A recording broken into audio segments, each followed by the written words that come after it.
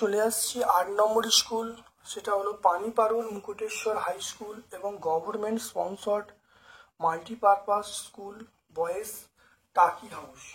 দেখে নাও এখানে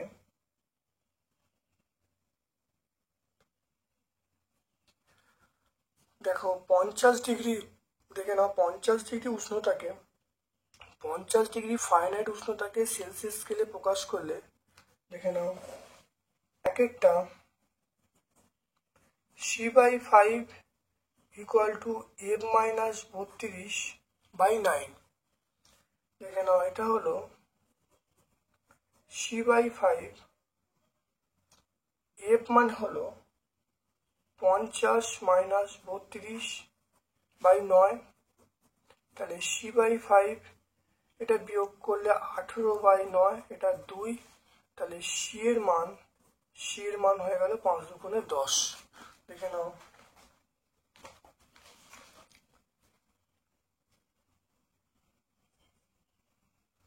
তাহলে এটা দেখো 50 ডিগ্রি ফারেনহাইট উষ্ণতাকে সেলসিয়াস স্কেলে প্রকাশ করলে সেটা আমরা পাবো 10 ডিগ্রি সেন্টিগ্রেড।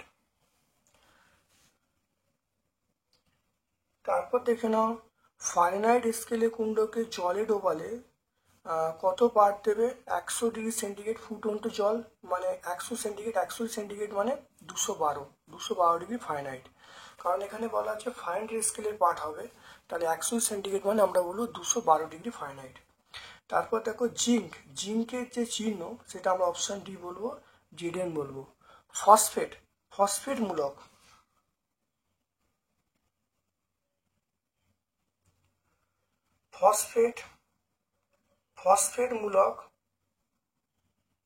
ফসফেট মূলকের সংকেত আমরা বলবো PO4 3-। পরমাণু নিউক্লিয়াসে থাকে প্রোটন এবং নিউট্রন। এবার সেলসিয়াস এবং ফারেনহাইট স্কেলে গলনাঙ্ক ধরা হয়। সেলসিয়াস স্কেলে 0 ডিগ্রি আর ফারেনহাইট স্কেলে সেটা হলো 32 ডিগ্রি। তাহলে অপশন ডি বলবো। 5 গ্রাম বিশুদ্ধ বরফ 0 তাপমাত্রায় 5 গ্রাম জলে পরিণত হলে কত তাপ লাগবে? Q = ml, তাহলে m এর মান 5 × 80, এটা আমরা বলবো 400 ক্যালোরি। কত পাবো? 400 ক্যালোরি। তারপর দেখো বাষ্পীভবনের জন্য দরকার আমরা কি বলবো? লিনতাপ বলবো, লিনতাপ। তারপর দেখে নাও sodium ion Na+, sulphate ion SO4 2-, গঠিত যৌগের নাম সেটা আমরা বলবো এটা হলো Na2SO4, তাহলে আমরা এটা কি বলবো? গঠিত যৌগের নাম হলো Na2SO4, মানে গঠিত যৌগের নাম সেটা হলো Na2SO4 বলবো। সোডিয়াম আয়ন এবং সালফেট আয়ন দিয়ে গঠিত যৌগের সংকেত হলো Na2SO4, আর এটার নাম হলো সোডিয়াম সালফেট। পরের প্রশ্নে চলে এসো, ডাক্তারি থার্মোমিটারে ড্যাশ স্কেল অনুসারে দাগ কাটা থাকে, এটা বলবো ফারেনহাইট স্কেল, এটা আমরা বলবো ফারেনহাইট স্কেল অনুসারে দাগ কাটা থাকে। CaHCO3 এই যৌগের নাম হলো ক্যালসিয়াম বাইকার্বনেট।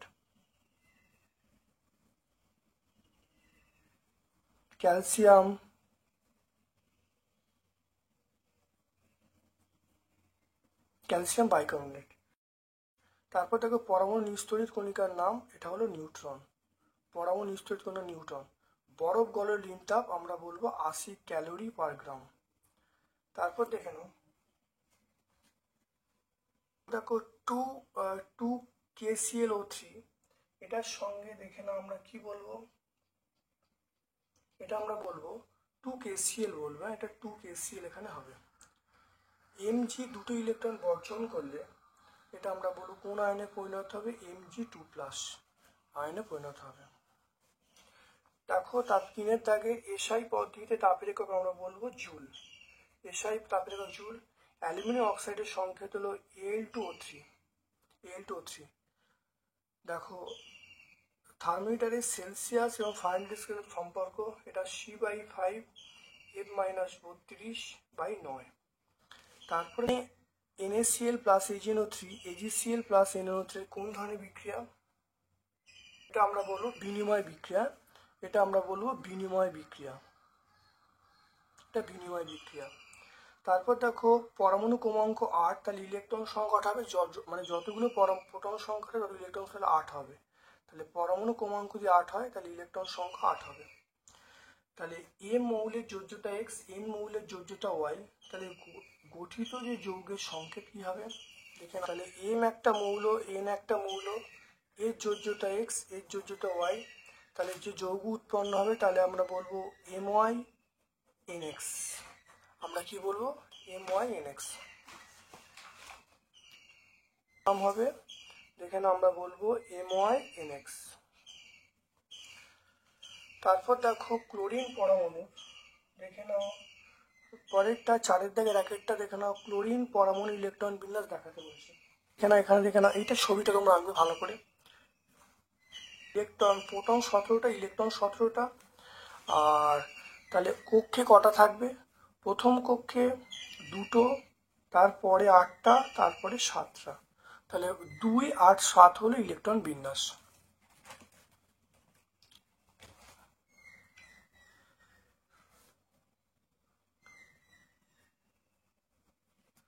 তারপর দেখো কোনো থার্মোমিটারের কুণ্ডে একটি ভেজা কাপড় জড়ালে থার্মোমিটারের পাঠ কমে যায় কেন? থার্মোমিটারকে কিছুক্ষণ জলে ডুবিয়ে রাখলে তাপমাত্রা কমে যায় কেন? বা ভিজে কাপড় জড়িয়ে রাখলে তাপমাত্রা কমে যায় কেন? একই উত্তর হবে। দেখো ওই জলটা বাষ্পীভূত হবে, বাষ্পের জন্য প্রয়োজন ঋণ তাপ থার্মোমিটার সংগ্রহ করবে, ফলে পাঠটা কমে যাবে। তাহলে এখান থেকে একই উত্তর হবে, ভিজে কাপড় জড়িয়ে রাখলে সেখানে জলটা বাষ্পীভূত হবে, বাষ্পীভূত হওয়ার জন্য ঋণ তাপটা ওই।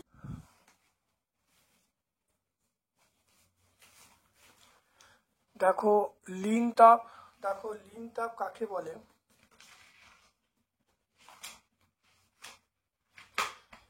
এরপর চলে এসো লাইফ সায়েন্সের পোর্শনে, দেখে নাও।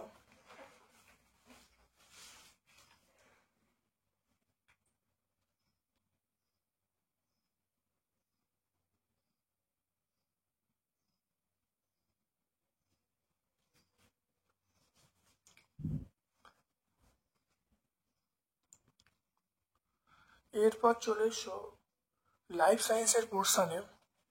এমন একটি খাদ্য উপাদান লেখো যার শক্তি পাওয়া যায় না, আমরা বলবো ভিটামিন বলবো। তারপর দেখে নাও অক্সিজেন পরিবহন করতে সক্ষম মৌলটা, সেটা আমরা আয়রন বলবো।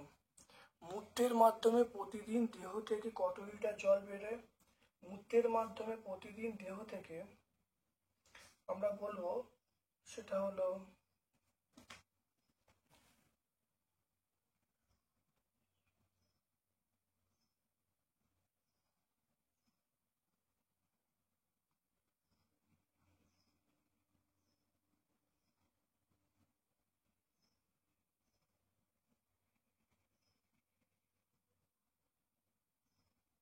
দেখে নাও মূত্রের মাধ্যমে দেহ থেকে 1.5 থেকে 2 লিটার জল বেরোয়। নখ এবং চুলে যে প্রোটিন থাকে তার নাম হলো কেরাটিন।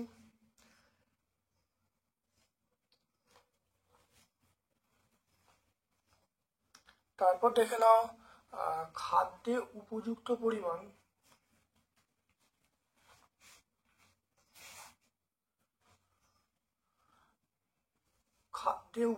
পরিমাণ প্রোটিনের অভাব ঘটলে 1 থেকে 4 বছর শিশুদের যে অপুষ্টি রোগ দেখা যায় তার নামটা হলো খাদ্যে উপযুক্ত পরিমাণ প্রোটিন অভাব করলে 1 থেকে 4 বছর পর্যন্ত শিশুদের যে অপুষ্টি রোগ দেখা যায় তার নাম হলো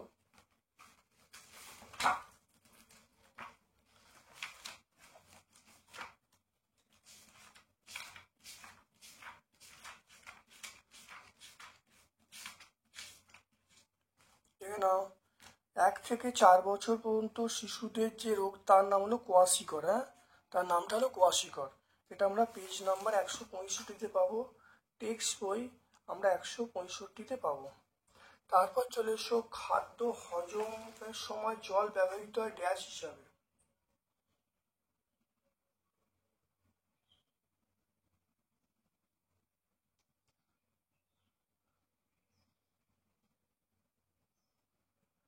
খাদ্য খাদ্য হজমের সময় জল ব্যবহার হয়, সেটা হলো বিক্রিয়ক, মানে বিক্রিয়া করাতে, তাহলে বিক্রিয়ক হিসাবে ব্যবহার করা হয়।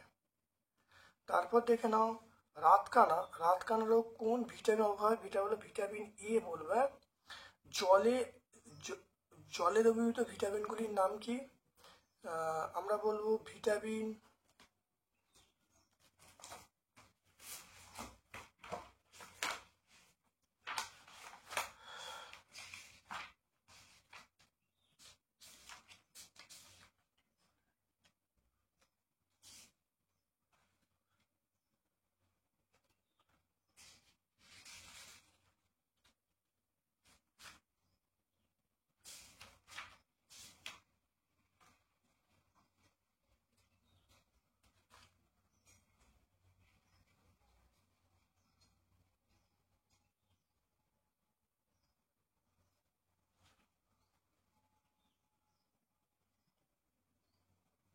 তাহলে এটা আমরা বলবো ভিটামিন, তাহলে জলে দ্রবীভূত ভিটামিন নাম vitamin P R vitamin C, পিসি।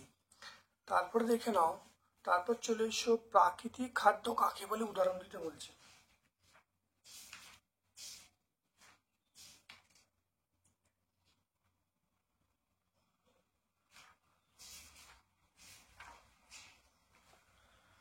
দেখে নাও, প্রাকৃতিক খাদ্য অর্থাৎ যেসব খাদ্য আমরা প্রকৃতি থেকে পাই সেগুলিকে প্রক্রিয়াকরণ না করে সরাসরি খাদ্য গ্রহণ করি, তাদেরকে আমরা বলবো প্রাকৃতিক খাদ্য। যেমন আম, পেয়ারা, কমলালেবু, এগুলো।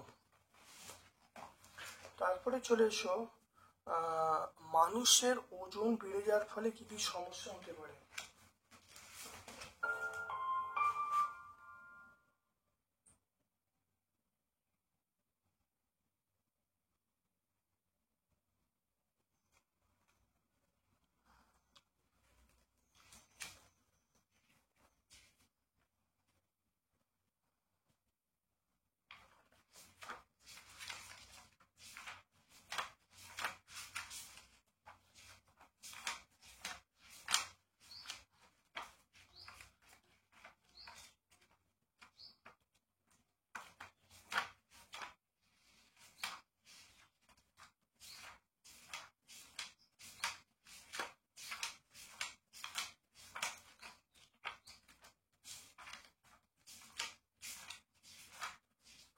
তাহলে 1 নম্বর হলো রক্তচাপ ক্রমাগত বাড়তে থাকে, ডায়াবেটিস রোগ হতে পারে, হৃৎপিণ্ডের সমস্যা হতে পারে, অস্থিতন্ত্রে ব্যথা এবং ক্যান্সার হতে পারে।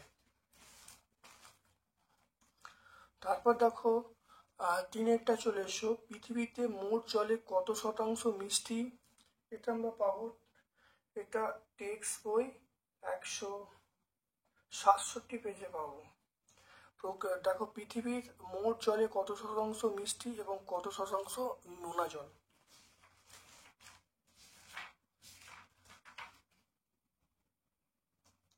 দেখে নাও, পৃথিবীর দেখো 3% দেখো মিষ্টি জল আর 97% নোনা জল।